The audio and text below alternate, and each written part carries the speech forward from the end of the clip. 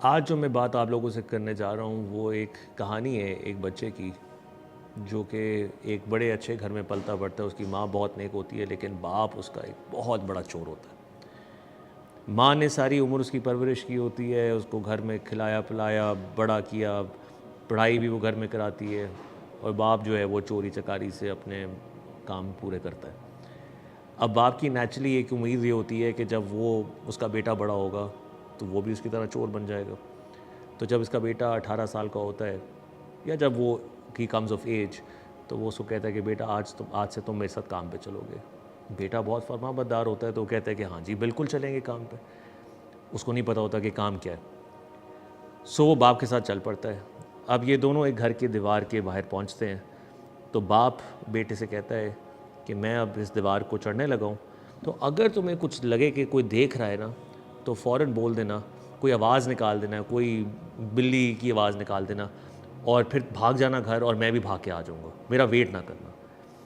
باپ اس کا چڑھنا شروع کرتا ہے دیوار. تو ابھی تھوڑی دیر ابھی چڑھا ہی ہوتا ہے آدھی دیوار, تو وہ بلی کی آواز نکالتا ہے اور بیٹا بھاگ کے چلا جاتا ہے گھر, اور تھوڑی دیر بعد باپ بھی بھاگ کے گھر آ جاتا ہے. دوسرے دن پھر یہ جاتے ہیں. باپ اس کو یہ سمجھاتا ہے کہ اگر کوئی نظر آئے تو فوراً کوئی آواز نکال دینا اور بھاگ جانا, اور پھر میں بھی گھر بھاگ کے آ جاؤں گا. اب وہ دوسرے دن جب جاتے ہیں وہ دیوار پہ پھر چڑھنا شروع کرتا ہے. ابھی اس نے پہلا قدم ہی رکھا ہوتا ہے یا دوسرا اوپر چڑھا ہوتا ہے تو بیٹا پھر آواز نکال دیتا ہے اور بھاگ کے چلا جاتا ہے, اور پھر باپ بھی گھر بھاگ کے آ جاتا ہے. باپ بڑا حیران ہوتا ہے. باپ گھر آ کے نا اس بار اس سے پوچھتا ہے کہ تمہیں کون نظر آ رہا ہوتا ہے؟ تو وہ کہتا ہے اللہ.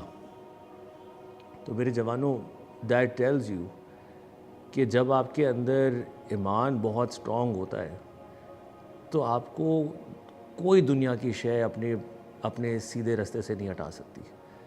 اور آپ یہاں پہ دیکھ لیں ایک چھوٹے سے بچے کی ایگزامپل ہے, اور یہ پیرنٹس کے لیے بھی ایک بہت بڑا سبق ہے کہ اگر آپ اپنے بچے کی صحیح طرح تربیت کریں تو وہ غلط کام کو بھی اس کے اندر جاتے جاتے بچ جاتا ہے.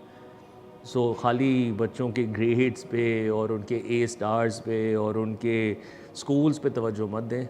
Also spend time with them, read them good stories, read them stories from the life of the Prophet, and tell them on how to become good human beings.